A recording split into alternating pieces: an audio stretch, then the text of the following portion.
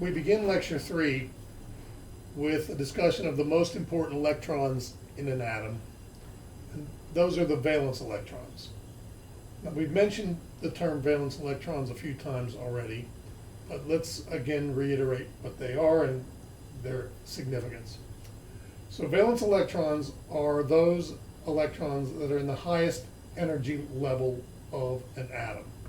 So these are the electrons which are in the final period of the energy level that the atom is filling according to the rules of quantum mechanics, which we have discussed in pretty good detail by this point.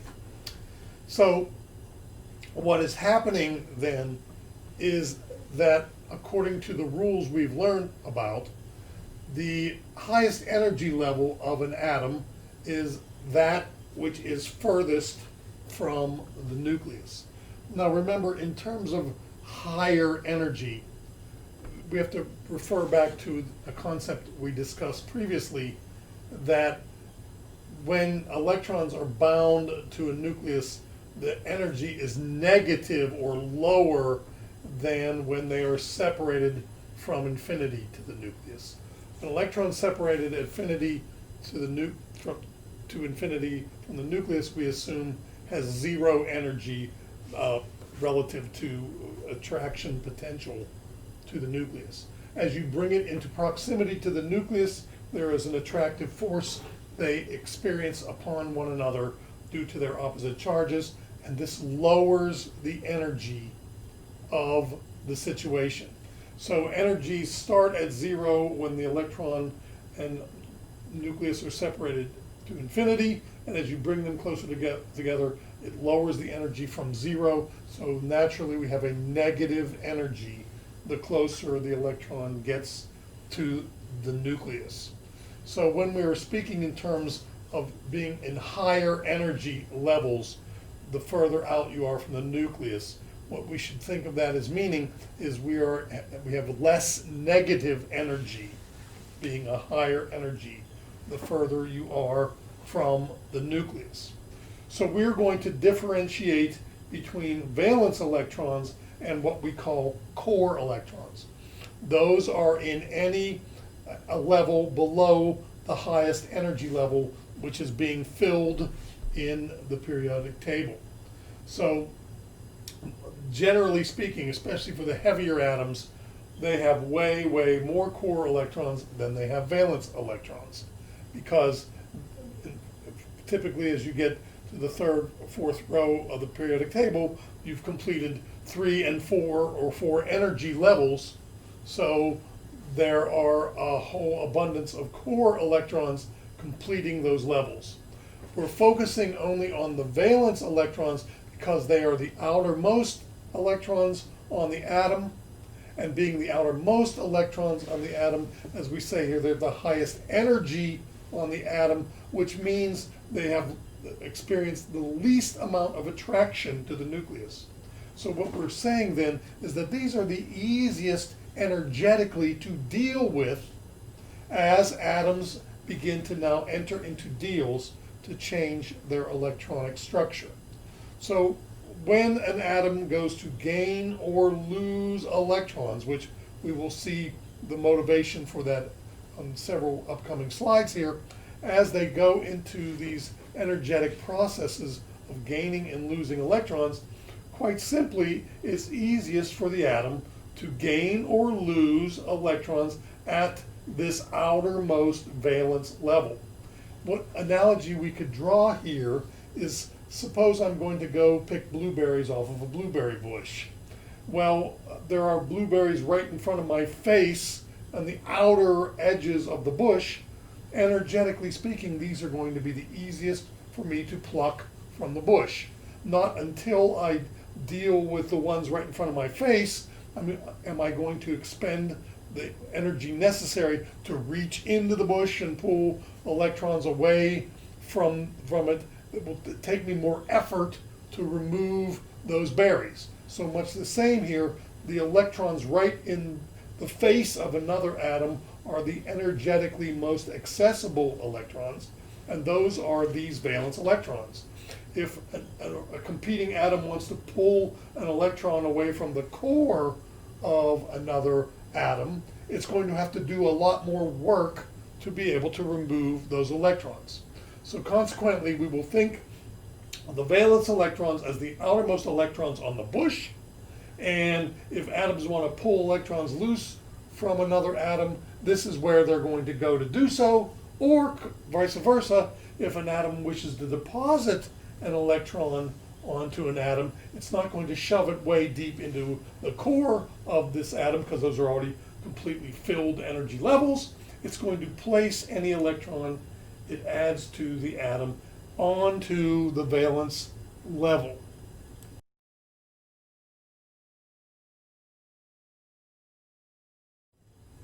A very simple and useful representation of valence electrons was devised by Gilbert Lewis in the early 1900s. Gilbert Lewis was a chemist at the University of California in Berkeley, and even to this day, Berkeley remains one of the top-notch chemistry departments in this nation. He made great contributions not only in the area of quantum chemistry and understanding how we can represent electrons in bonding together between atoms. He did a lot of really important work in the area of thermodynamics, which is the energetics of transfer, or when atoms go into chemical processes, how energy can be transferred between them. He did lots of very important work in that regard as well. He's depicted here looking at something that's very ancient and interesting, at least to a person like me. He's here using a slide rule, which was the precursor to the electronic calculator. So he's doing a calculation on a device where you slide numbers back and forth in order to multiply and divide them more easily. So we're going to refer to what we call Lewis dot structures to represent the valence electrons of an atom.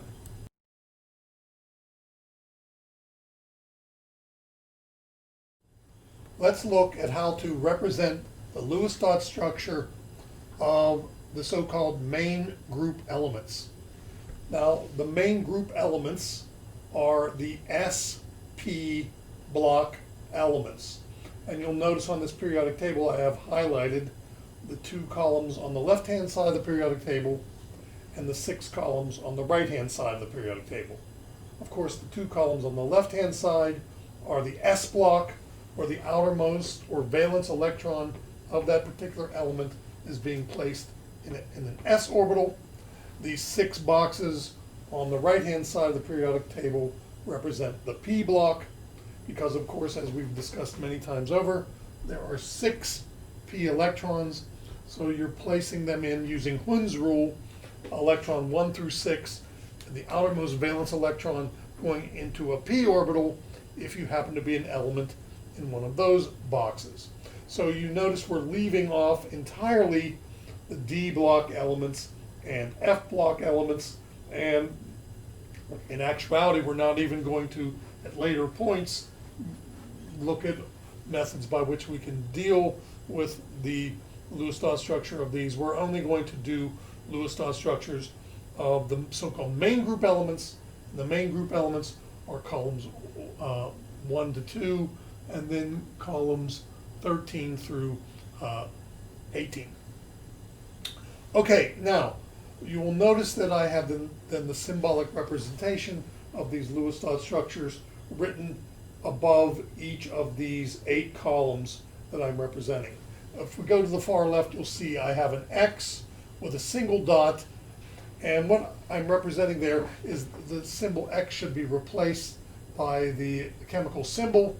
So if you're in the first row there, that'd be H, Li, Na, K, and so forth. So you would put that symbol there where the X is, and you would put a single dot representing the lone valence electron that is in the outermost period of all these elements.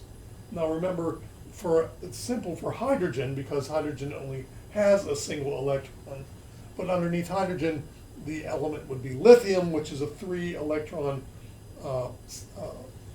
atom, but 2 of those electrons are in its core. The 2 electrons occupy the energy level 1, and then there's a single remaining electron going into the 2s. So that would be that valence dot for lithium. Underneath lithium is the element sodium. Sodium has 11 total electrons. Sodium has 10 core electrons, 2 electrons in the energy level 1, filling the s, 8 electrons in energy level 2, filling the 2s and the 2p, and then that 11th electron is the valence electron going into energy level 3 in the 3s orbital. So if you continue this on down the line, all elements in column 1, group 1, have a single dot Lewis dot structure representing they are placing a lone electron at the valence level above the core into its outermost location. If you move over to group 2, column 2, headed up by beryllium, then followed by magnesium and calcium, and so forth, they are now placing a second electron into that outermost valence level s orbital. And of course they have varying amounts of core electrons underneath that, but the outermost region where the bush can be picked, or actually electrons can be added to the bush, will be such that there are, at the outset of a neutral element in column 2, it has 2 outstanding valence electrons. So now we make a big jump across to column 13, headed by boron, followed by aluminum, and so forth. Notice we are claiming they have 3 valence electrons if they're in that column. Now it's easy to see for boron. Boron is element 5. The first 2 electrons are core electrons. They go into energy level 1 in the 1s. Then you put 2 electrons in the 2s, and then you have a remaining electron that goes into the 2p. So there are 3 valence electrons because it is placing a 3rd electron on energy level 3. Same thing can be said for aluminum underneath it, but now aluminum is putting its outermost electrons, the 3 of them, in the 3s and a single one in the 3p. Now it becomes a little bit weird when you go underneath there and you look at gallium. Now gallium is the element under aluminum, but now you might want to say, wait a minute. Gallium doesn't have 3 valence electrons. Gallium has 13 valence electrons. Why? Because not only does it have the 2 electrons in the 4s and a 1 electron in the 4p, it has 10 additional electrons that are filling that D row going between columns 3 and 12. But here's my argument I will make in that regard. The valence level for gallium is level 4. That is the 4s and the 4p being filled on level 4. The D electrons you see there are actually core electrons on energy level 3. You are filling the 3D as you go across from scandium to zinc. So those technically are not on the valence level, the outermost energy level. They are on a core level underneath level 4. Now because of the penetration and shielding we talked about earlier, there is this fact that the s orbital at energy level 4 slides in and gets filled before a core orbital on energy level 3. But nonetheless now, as we are going to count valence electrons, we don't care about any of these Ds. They are all core compared to the valence Ps that are next to them. So we will just continue this argument as we move to column 14, which is headed by carbon and followed by silicon. That is putting, for instance, for carbon, you have 2 electrons in the level 1 going into 1s. Then you have 2 electrons going into the 2s. Now you have 2 electrons going into the 2p. So carbon has 4 valence electrons. And likewise underneath it, silicon has 4 valence electrons. Now underneath silicon is germanium, and once again the issue for germanium becomes that actually there are a bunch of d electrons as you come across there to germanium, but germanium, we will claim, is putting those d electrons on energy level 3, which is a core level for germanium. Germanium's valence level that it's actively filling at this time is 4s, 4p. So also germanium has 4 valence electrons, just as does silicon and just as does carbon. Underneath germanium is tin. Tin, even though it's filling energy level 5, it has core d electrons preceding the 5p that would be recognized as energy level 4d. So again, tin has 2 electrons going into the 5s and 2 electrons going into the 5p. Tin has 4 valence electrons, as does germanium, as does silicon, as does carbon.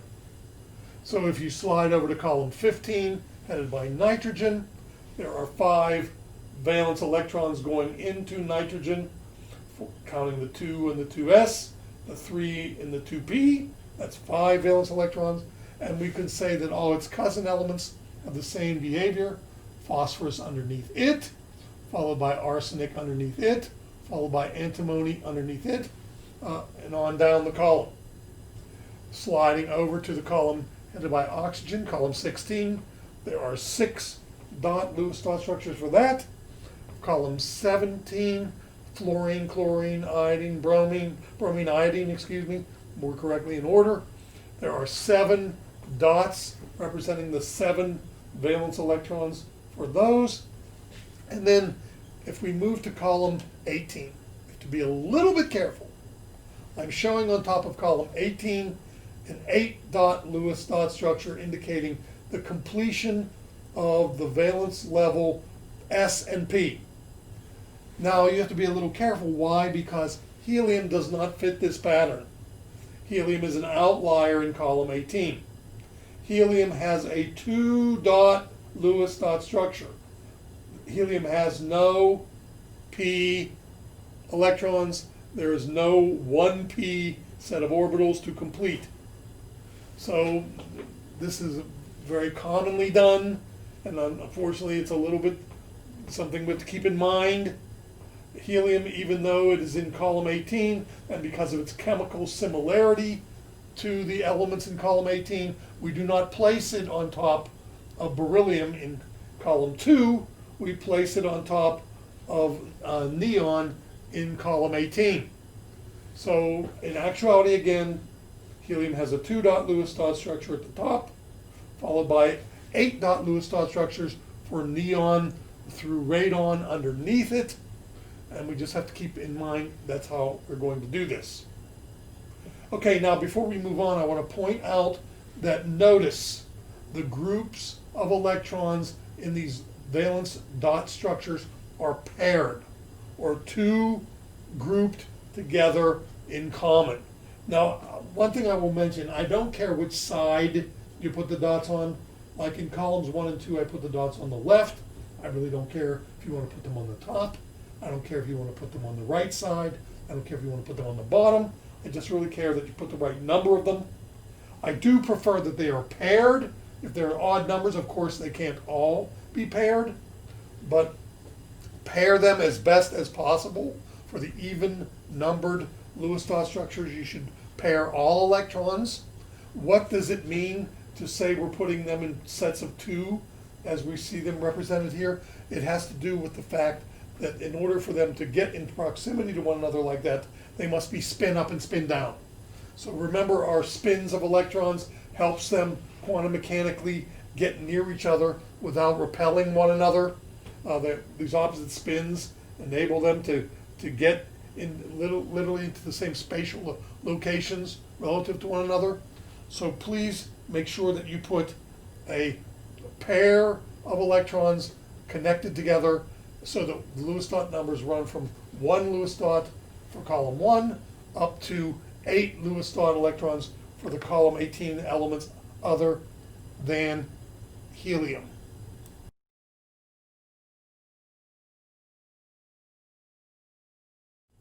Let's look at some examples of Lewis dot structures.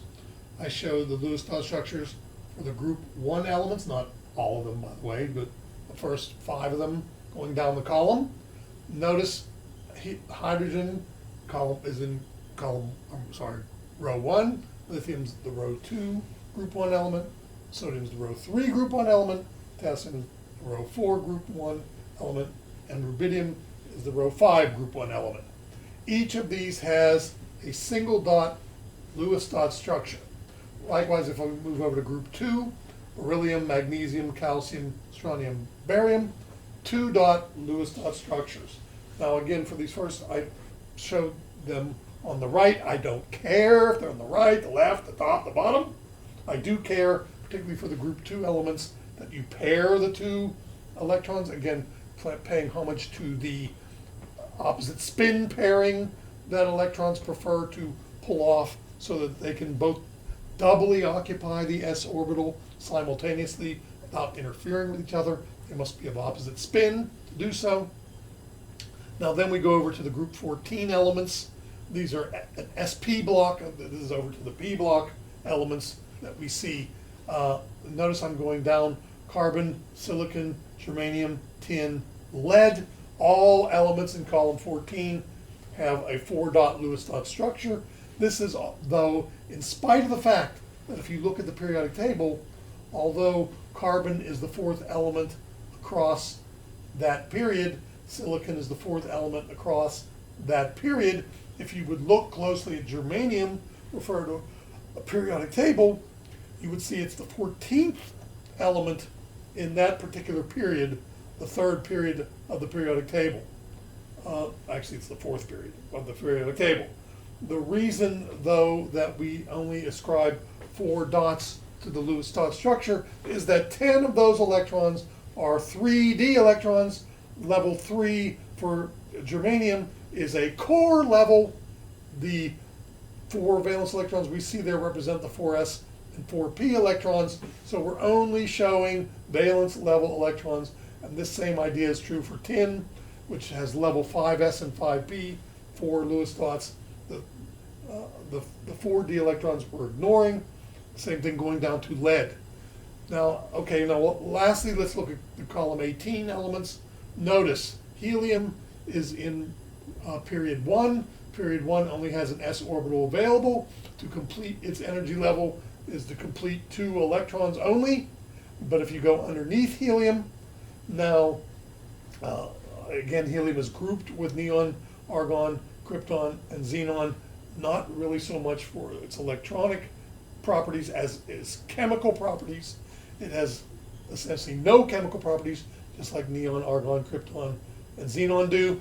So we're going to pile it on top of that column, even though neon is completing the 2s and 2p for 8 valence electrons. Argon is completing the 3s and 3p for 8 valence electrons.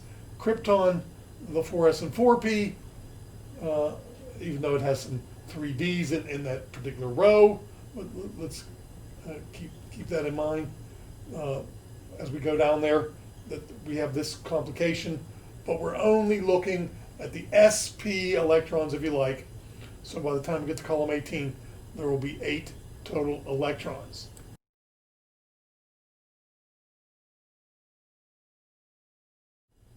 Let's look at the method by which we can represent cations or anions using Lewis dot structure.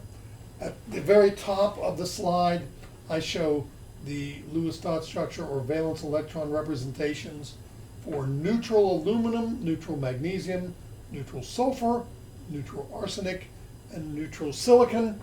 Aluminum is a 3 dot Lewis dot structure, magnesium 2, sulfur column 16, 6-dot Lewis dot structure, as is all other elements in column 16. Arsenic, column 15, 5-dot Lewis dot structure. Silicon, column 14, 4-dot Lewis dot structures. If I wish to make the first couple in the list cations, meaning removing electrons, I show making aluminum a +1 cation and magnesium a +1 cation. Simply put, I just remove one of the valence electrons. Now, remember, I'm going to keep to my rules about pairing, even for the cations or the anions, just like I was doing on the neutral cases. Now, the last three cases, I'm forming anions from the elements listed. Anions, remember, have more electrons than protons in their nucleus, so they are negatively charged when you form an anion. And also keep in mind, anytime you form a cation, the cation is simultaneously in the process of forming a cation. When it loses an electron, that electron had to go somewhere. So somewhere else you made an anion as you're making a cation, and vice versa. If you want to form an anion, something becomes negatively charged. Somewhere in the universe, something else had to give up that electron. So somewhere, something else had to become a cation to pull that off. That's conservation of charge we've discussed several times now. But in any event, sulfur, being a -1 anion, is formed by adding a dot to it. So it now has 7 valence electrons instead of 6. Likewise, arsenic, become a -1 anion, would have 6 dots instead of 5. Notice I'm showing silicon as a -2 dianion, if you like.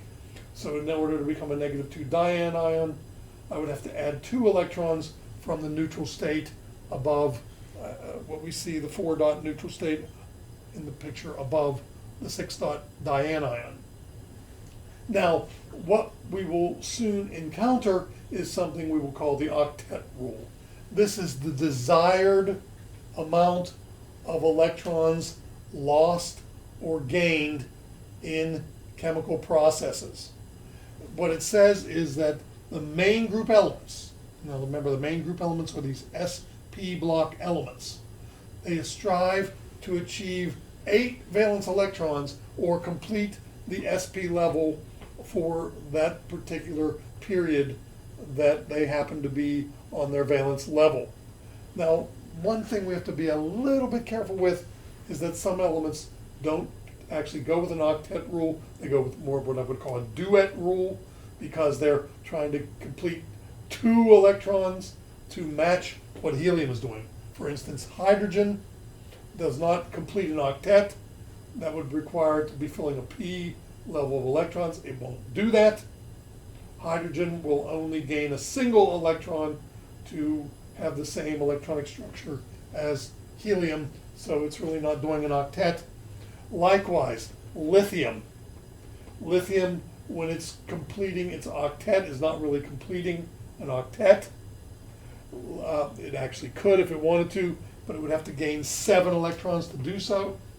More easily, for lithium, a 3-valence electron case would be to lose a single electron.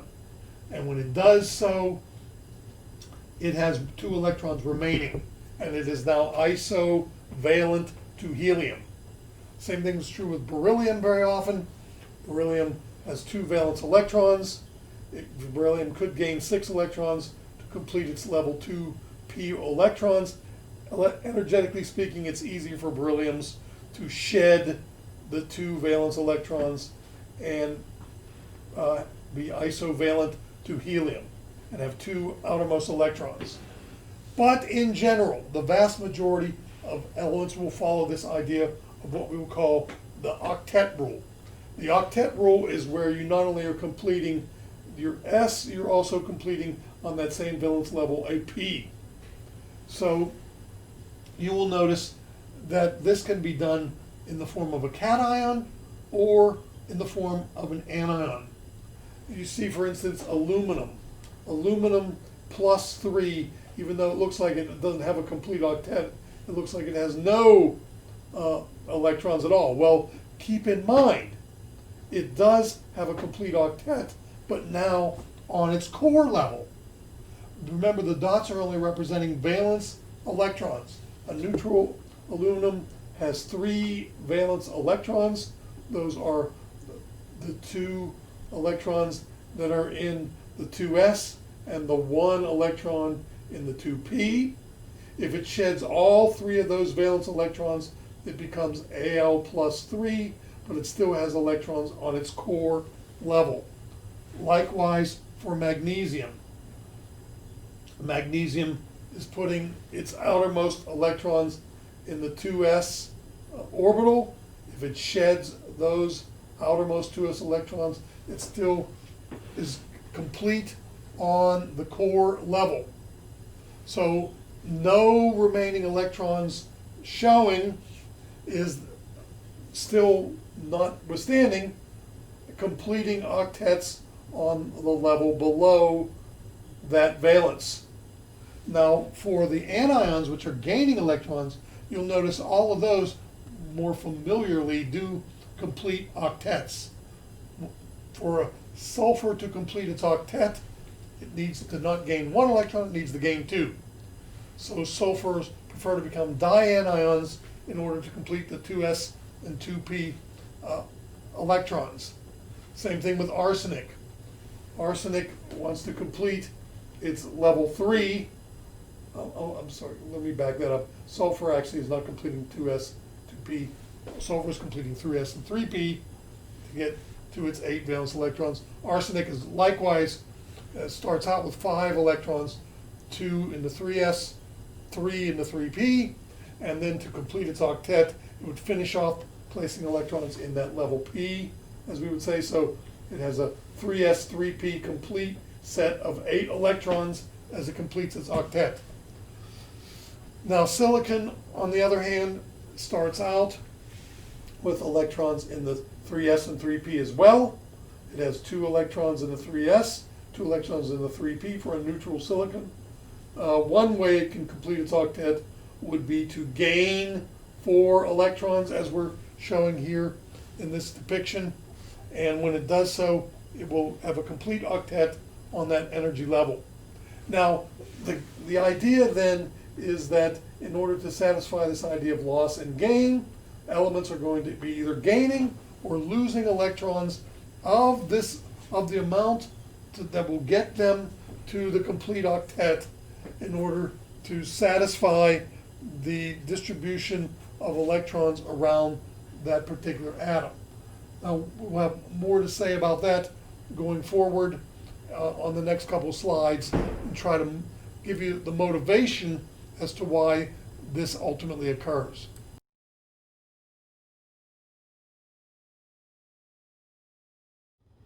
Let's define what we will call the oxidation number.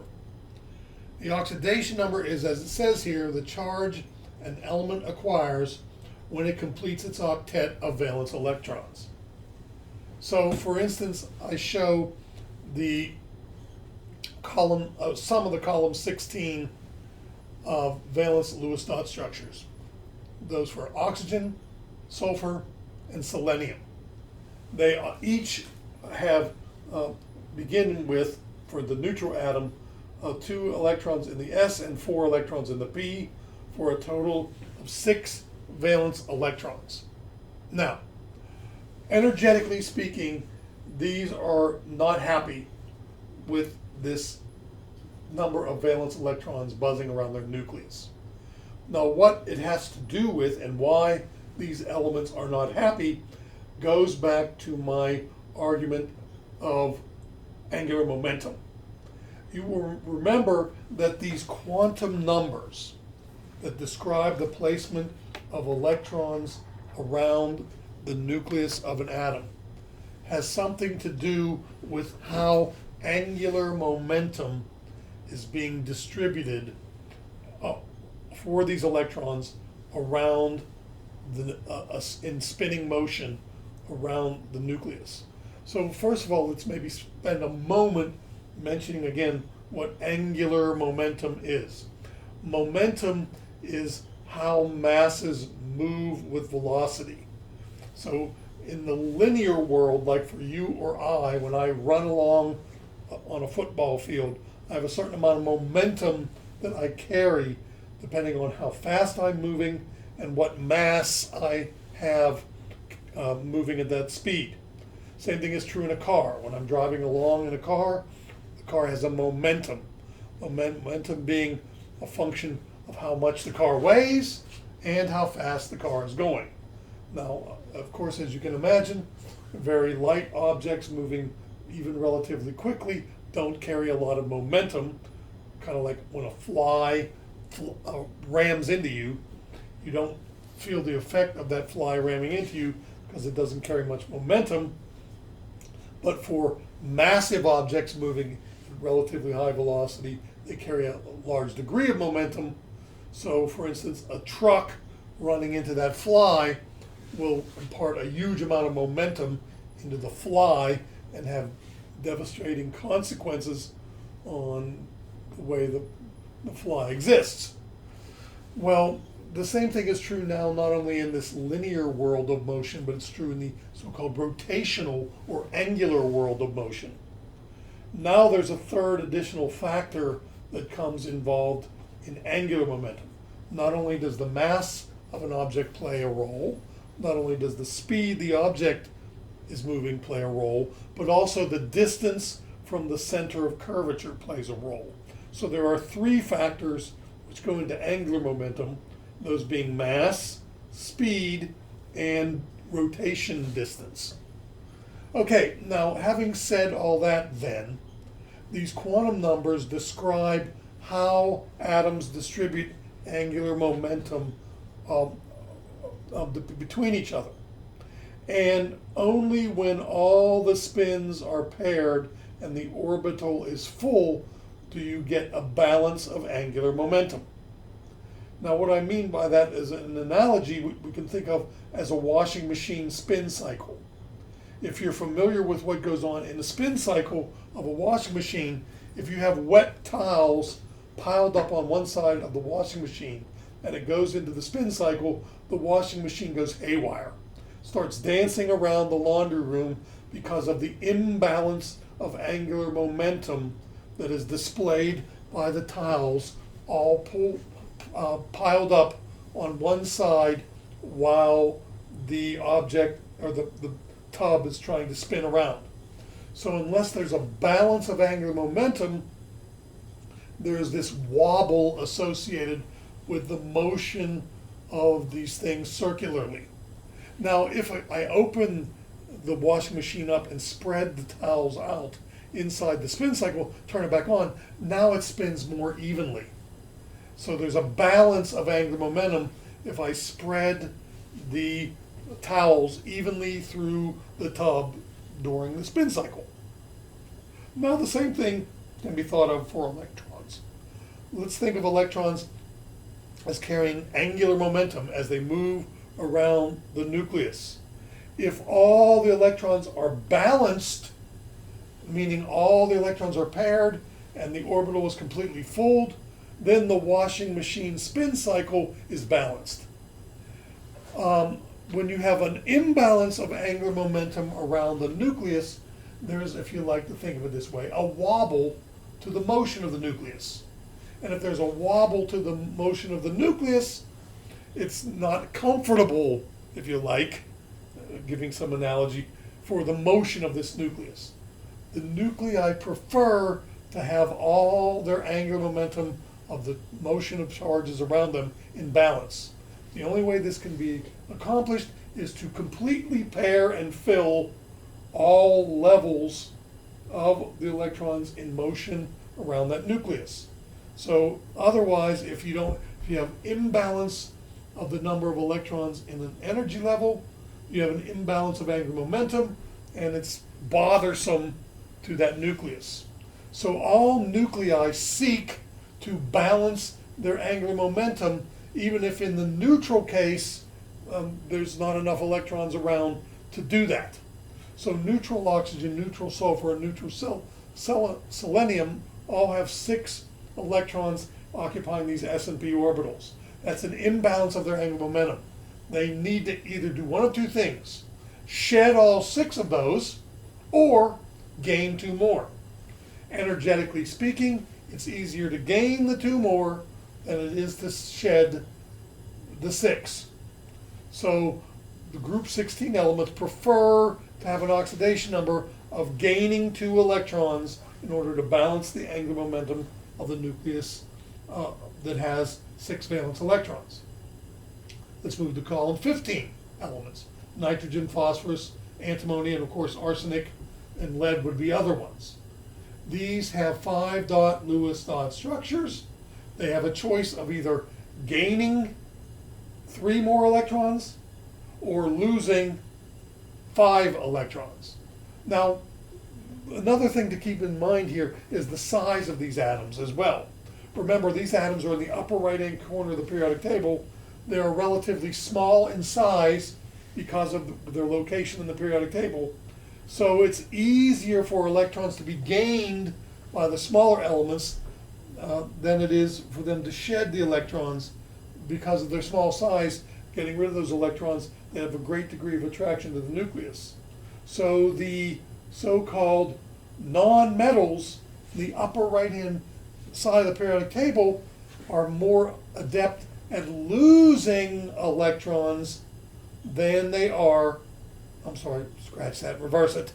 The smaller atoms of the non-metal type in the upper right-hand corner of the periodic table, because of their small size, are more adept at gaining electrons than losing electrons. So the upper right-hand non-metals in the periodic table prefer to become anions. On the other extreme, the things from the far left-hand side of the periodic table, the metals, are larger in size. Energetically speaking, for the larger ones, it's easier to shed electrons than to try to gain them.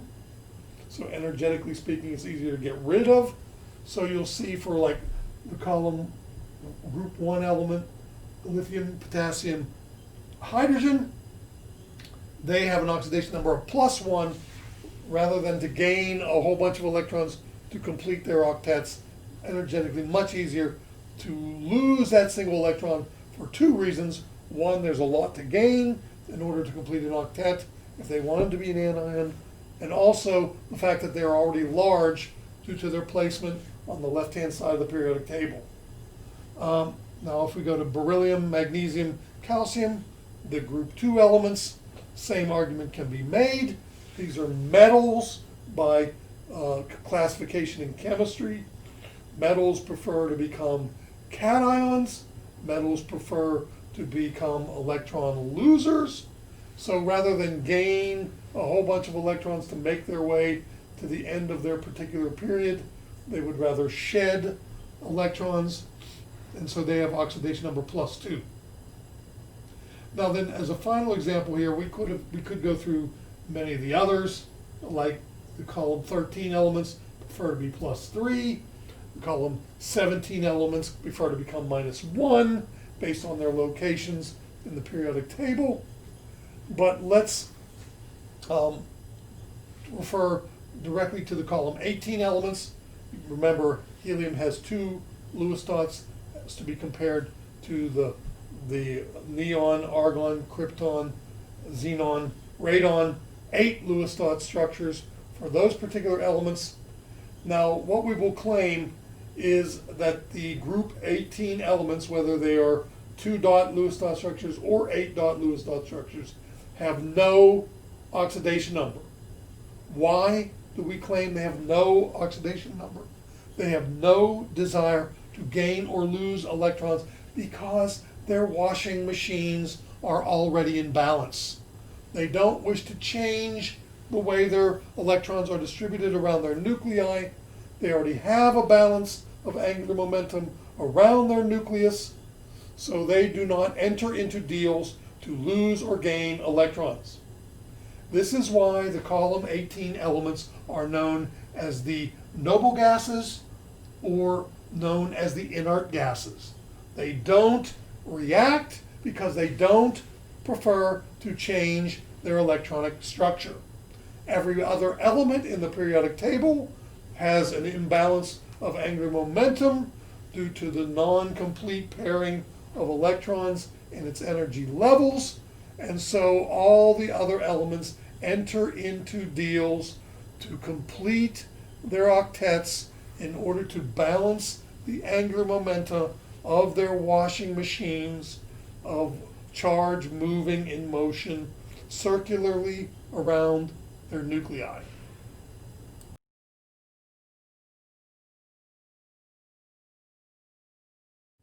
So you should be able to recognize not only the Lewis dot structure of the main group elements, but you should also be able to recognize the preferred oxidation number of the main group elements as well. Now remember, the oxidation number states the charge they acquire while completing an octet.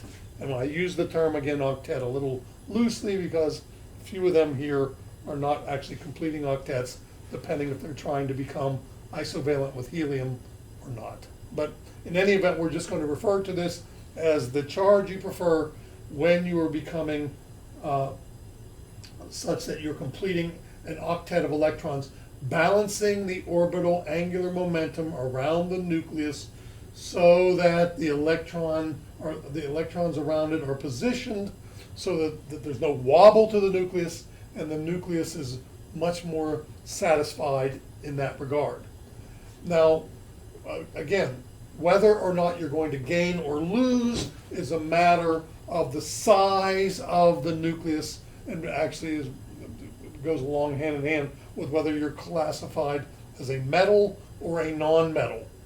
Remember, in general, the metals are in the upper right-hand corner of the periodic table, and because of the rules we talked about earlier, they are smaller in size as the clouds get shrunk in, as the number of positive charges in the nucleus go up.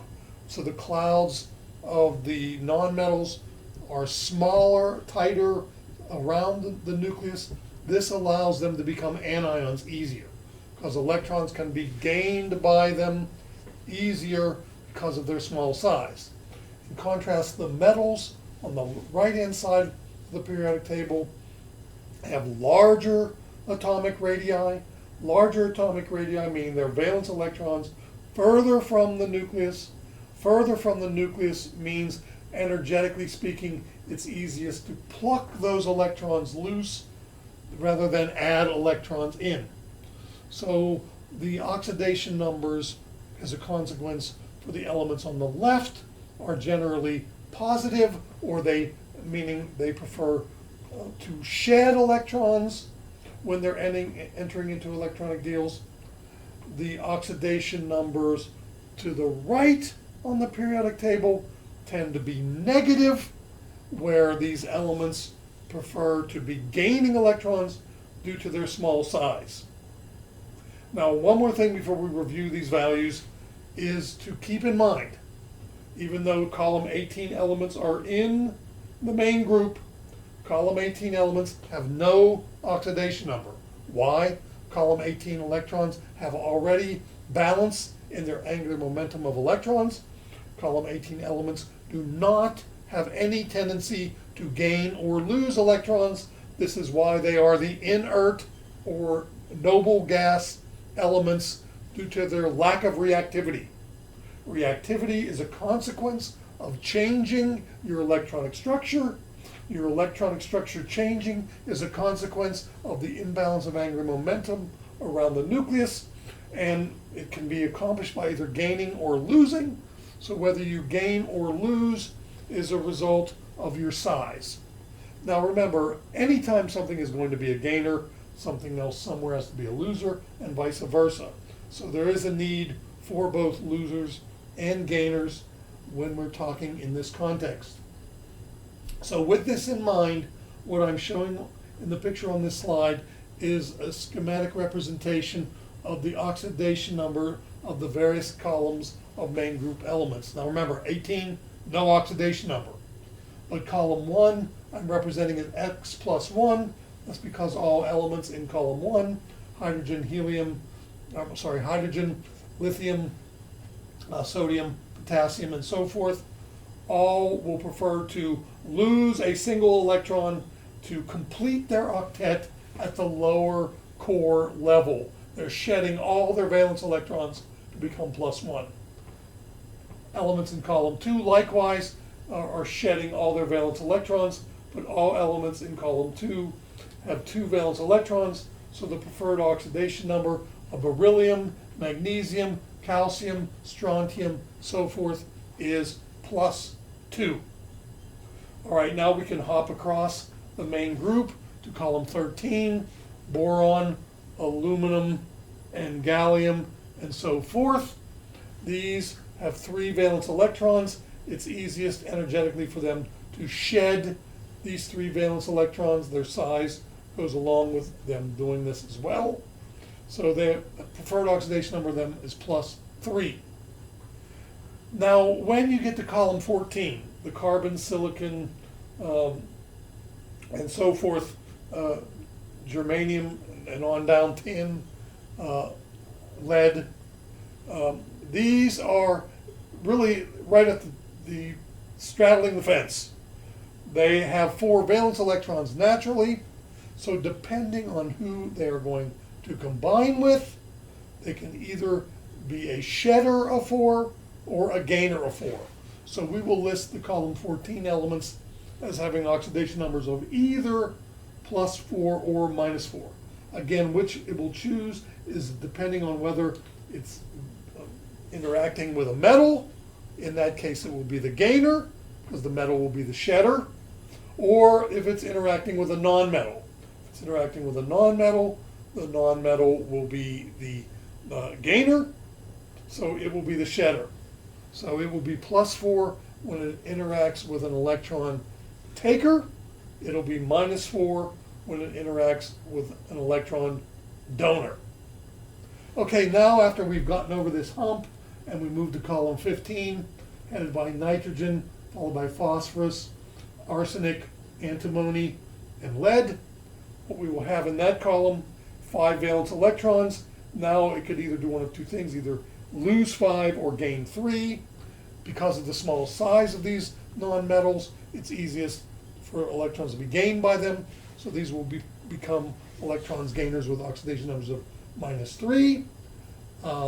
Column 16, headed by oxygen, oxidation numbers of -2. Column 17, headed by fluorine, 7 valence electrons already present. Only need 1 more to balance all angular momentum. These have oxidation numbers, then therefore of -1. Okay, now just a couple more points to make. Again, I will reiterate for the umpteenth time. Column 18, no oxidation number, no desire or to gain or lose. The other thing to point out is that in nature it might seem that making, for instance, O-2 would energetically be expensive. Well, it turns out that oxygen is so upset by this imbalance of angular momentum that it is energetically favorable for oxygen to become O-2. As a matter of fact, that's the driving force of most processes on this planet. Oxygen is an incredibly reactive agent on this planet, whether it's rusting iron or whether it's combining with glucose to give you the energy to metabolize and respire and create life. That's all the case of oxygen going from neutral to -2.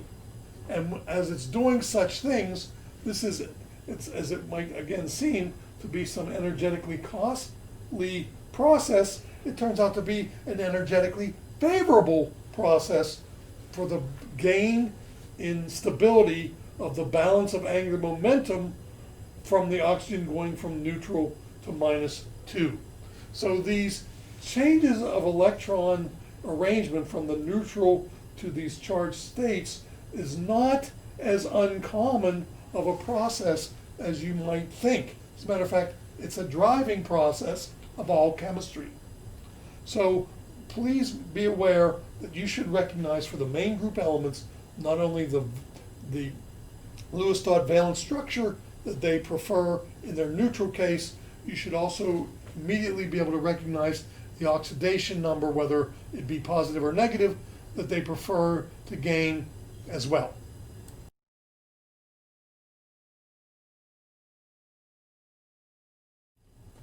Let's now introduce the concept of electronegativity.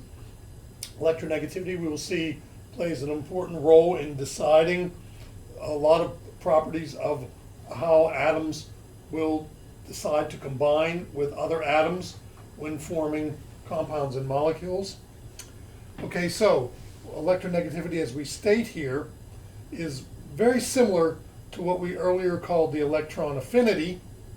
Electron affinity, if you remember, is how a gas phase atom has a tendency to gain electrons and measuring the energetics of how hard it is to attach an extra electron to a neutral gas phase atom. So what we then can say for electronegativity, it's how electrons desire to gain electrons or draw electrons to them when they are in combination with other atoms. So suppose now we want to, for the first time we'll mention the word bond. We want to bond an oxygen to a carbon.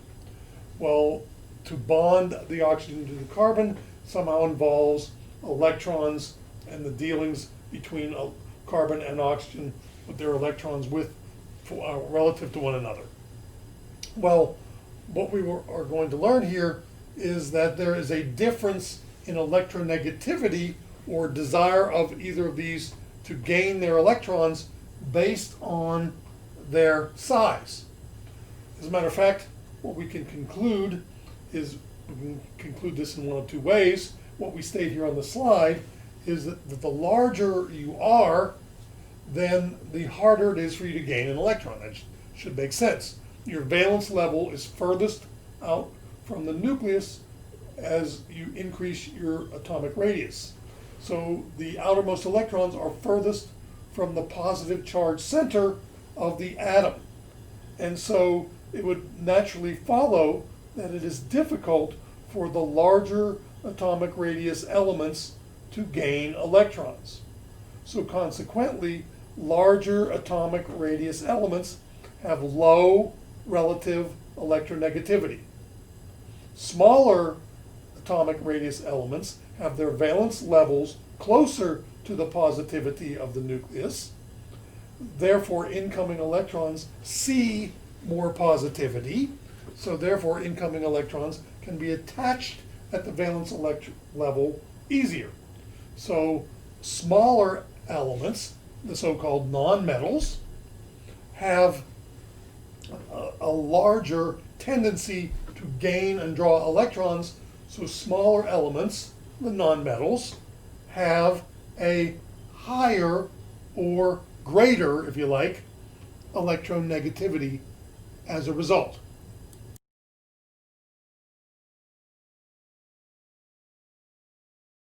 So we should therefore very easily be able to relate your position in the periodic table to your relative electronegativity.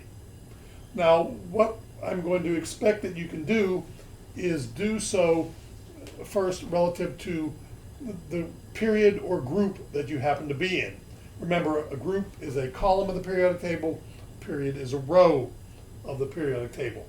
We learned trends in size of atoms based on their group or period relationship earlier in a previous unit, so let's keep in mind what that is.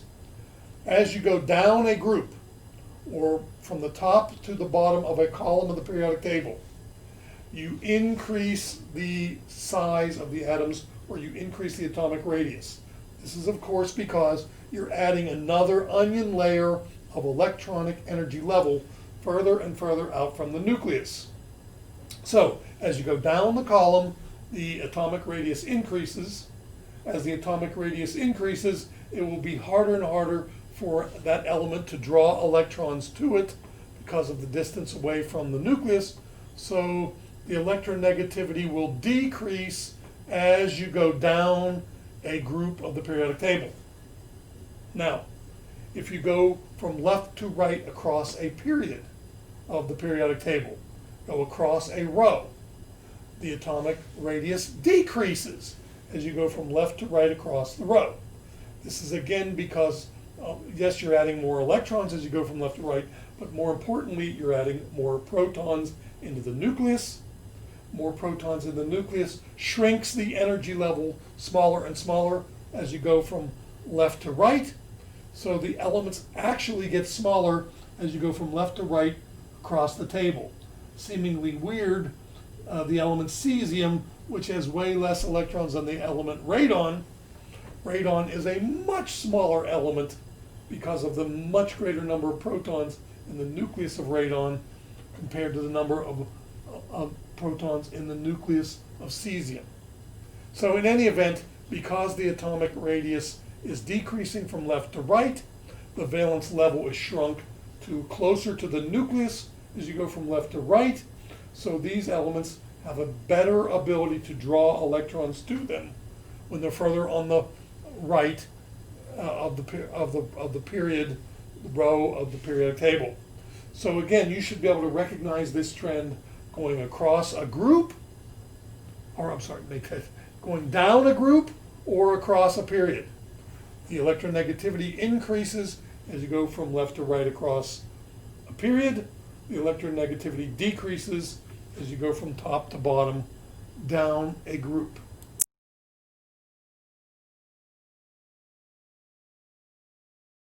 So if we look at the periodic table as a whole, let's keep in mind, as we discussed in an earlier time, that the smallest elements are in the upper right-hand corner of the periodic table.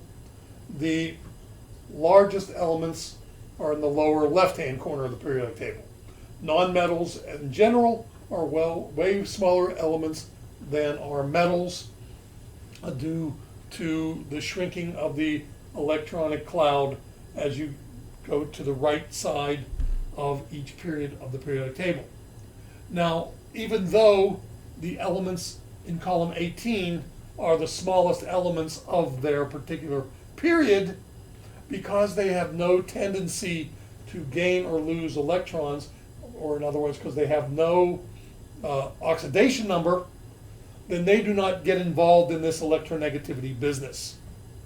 So even though it would seem that the element in the top upper left-hand corner of the table should ultimately be the element of highest electronegativity, we're going to say that because they have no desire to gain or lose, anything in column 18 isn't getting involved in electronegativity.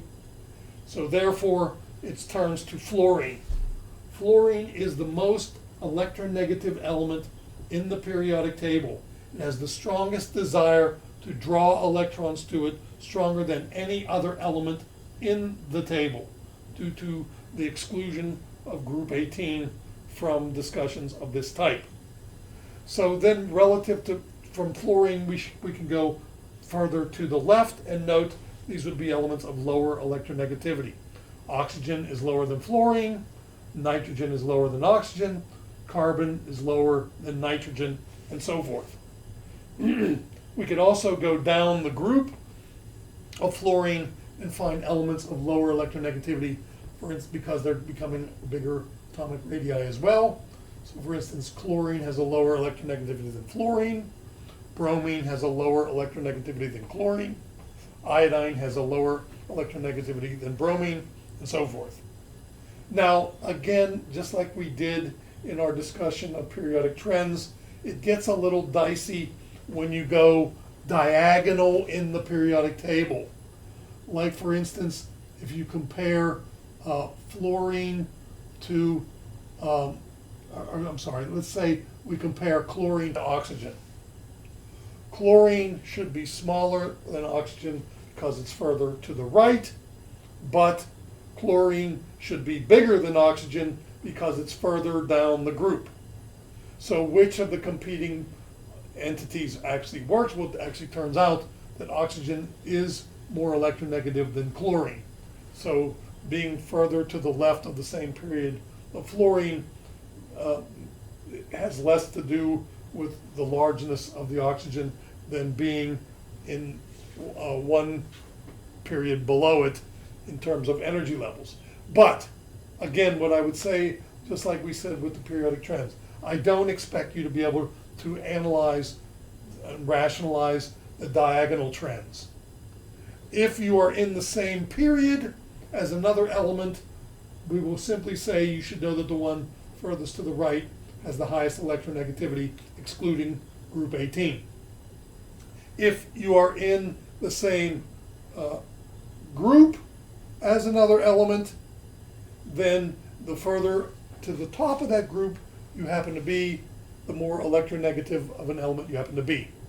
Again, if you start going diagonal, where it's a matter of competition as to whether you're shrinking in size or adding another layer, we're not going to concern ourselves with those trends at all.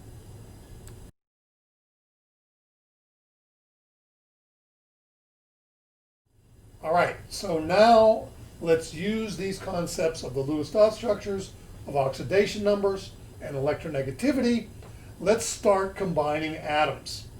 Now, again, let me first mention the motivation for atoms to combine is the fact that neutral atoms, generally speaking, have an imbalance in angular momentum of electron distribution around the nucleus.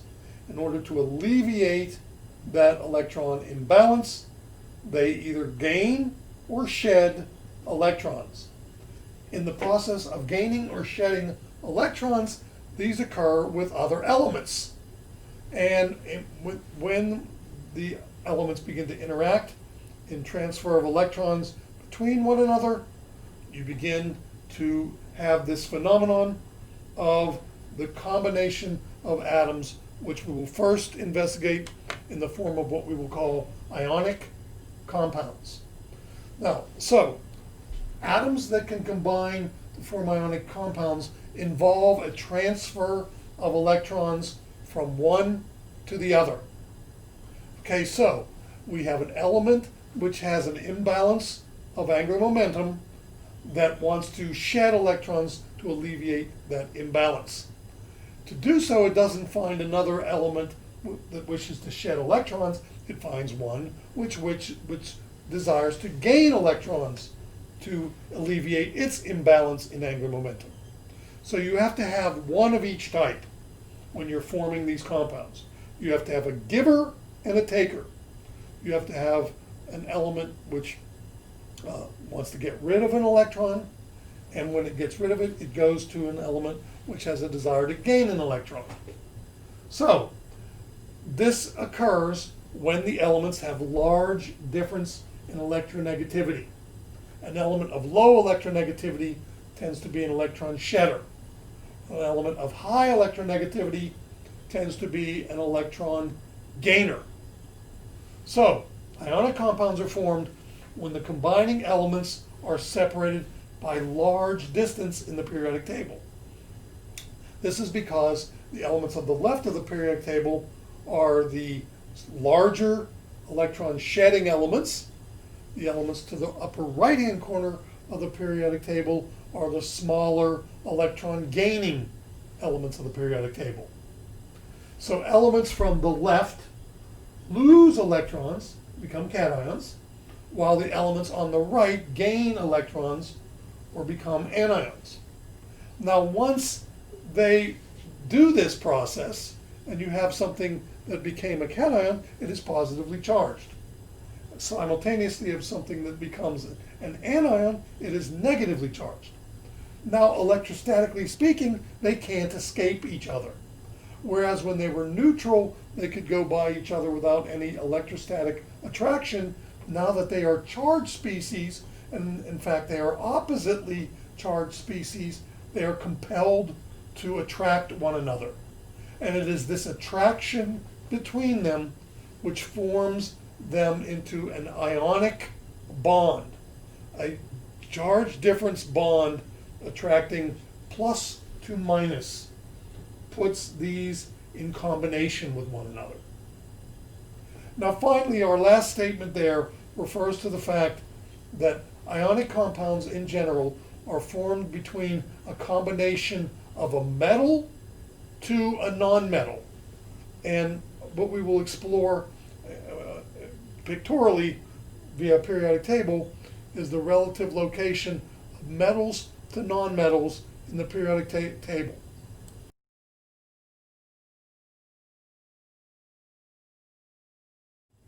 this color-coded form of the periodic table is trying to elucidate the distinction between the metals and non-metals of the periodic table. So the classification of metals has some connotations. If you want to join the metal club, you have to have certain particular properties. Among those properties are, of course, that generally speaking, you're solid. Now, I should tell you that not all metals, it turns out, are solid. For instance, mercury is classified as a metal, and it, of course, is the famous liquid element.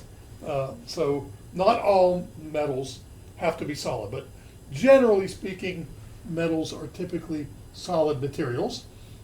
Other properties it requires to get into the metal club include things like your conductivity. Usually you are fairly conductive of electricity to be in the club known as the metals, but also importantly to be in the metal club, turns out you are a giver of electrons. These become cations in the formation of compounds. So the metals, what we see here are the larger number of elements listed in the table in blue. Those are the metal type elements, and also anything in the S block, even though the S block seems to be listed with these weirder colors. They're trying to show other properties that they exert here. All the S block elements except hydrogen. Now, so hydrogen is a non-metal, but everything else on the left-hand side of the periodic table is going to be classified as a metal, again, except hydrogen. Everything else will be classified as metal. Now, all the elements in the F block, we're going to lump under this umbrella as well. So the non-metals are the red column 18 inert gases, and the green elements you see in the upper left-hand corner. Those are the non-metals. So you can kind of see there's a line of delineation, kind of like a staircase between the metals and non-metals that have a slightly different color as well. These are often called the metalloids. They include the things that are very important in transistors and semiconductor industries like gallium and silicon and germanium. And tin. These are elements that are kind of bridging the gap between the metal and non-metal area of the tables. Again, they're called metalloids. One of the problems in chemistry is nothing seems to be very clear-cut. But in general speaking, elements below the blue staircase and to the left of that staircase are the metals. They're to the left-hand side of the periodic table, so generally they're the larger elements because of the trends we talked about in their periodicity. They have lower electronegativities. The elements in the green in the upper right-hand corner and the red in the upper right-hand corner, including also hydrogen, as weird as it seems, but let's include hydrogen in that discussion. These are the non-metals. Typically, these are the larger elements. Scratch that! The non-metals are the smaller elements. They're further to the right. The further you get to the right, you have a decrease of atomic radius. So the non-metals tend to be smaller. So if they tend to be smaller, that means electrons can be attached to them easier. That means they have high electronegativity. So the elements in green and red, including hydrogen, are the non-metals. They have what we will consider high electronegativity. They have a desire to gain electrons, and they are in the upper right-hand corner of the table. So again, when we're forming these ionic compounds, you're going to have a metal, which is the blue purplish ones on the left, combining with a non-metal, which are the green elements above this sort of line of delineation between the semiconductors or metalloids. And that's how we will keep in mind. Again, the green elements will become anions, gaining electrons. The blue purplish elements will become cations, losing electrons when we form ionic compounds.